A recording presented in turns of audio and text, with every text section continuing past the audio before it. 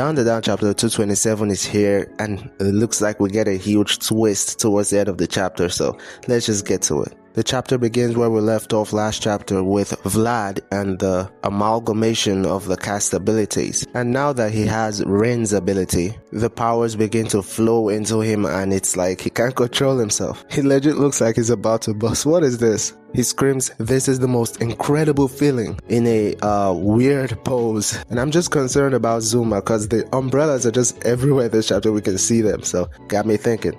And then Red Baron and Enra, I'm just gonna call him Red. Red is like, "Sir Vlad, your body." But my goat, Count Saint Germain, he's like, "Splendid." And he praises Vlad for being able to contain the powers of 4 yokai. But this just sounds like empty praises to me. It's like, it almost feels sarcastic. I don't know, you can only get little read on what Count Saint Germain is thinking. And that's good, that's great. And this seems to be working for Vlad. And he's like, "Keep the praises coming, that's good, that's good." But Red seems to legitimately be praising him while Count Saint Germain is just stroking his ego, like I said. And Count Saint Germain's like, "Yeah, let's keep up the momentum. Let's insert another power into you." But Red is like, "Yo, that might be too much." He gives him that look. And Vlad immediately is like, "Yeah, let's see."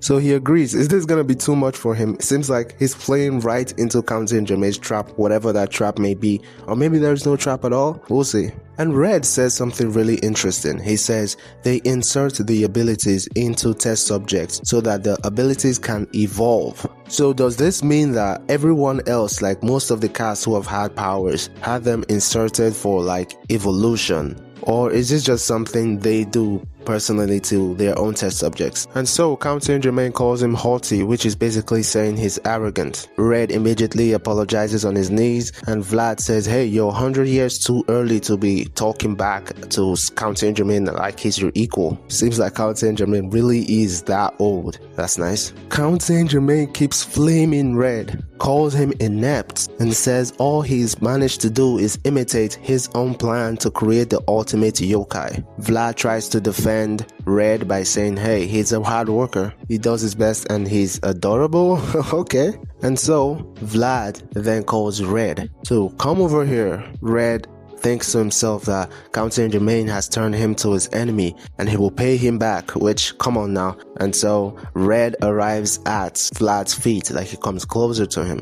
And Vlad tells him, "Accept your defeat." This has Red shook. It had me shook as well. But that's not even the craziest part. Count Saint Germain tells Red that he is the 5th power of the fairytale card 6 powers, Little Red Riding Hood. So all this time, in Enra, Red has been Little Red Riding Hood. I didn't even know that they were looking for Little Red Riding Hood until last chapter. How many times will I say Little Red Riding Hood? But damn, so they've been playing him this entire time, waiting for the right moment to use his abilities. They may not take it though, so we'll just have to see. And Count Saint Germain calls him a fucking turd nugget. Like, why is Count Saint Germain just on his ass today, man? So we called over to Zuma, finally. And he wakes up in a room, maybe it's his room. He starts looking for his younger brother.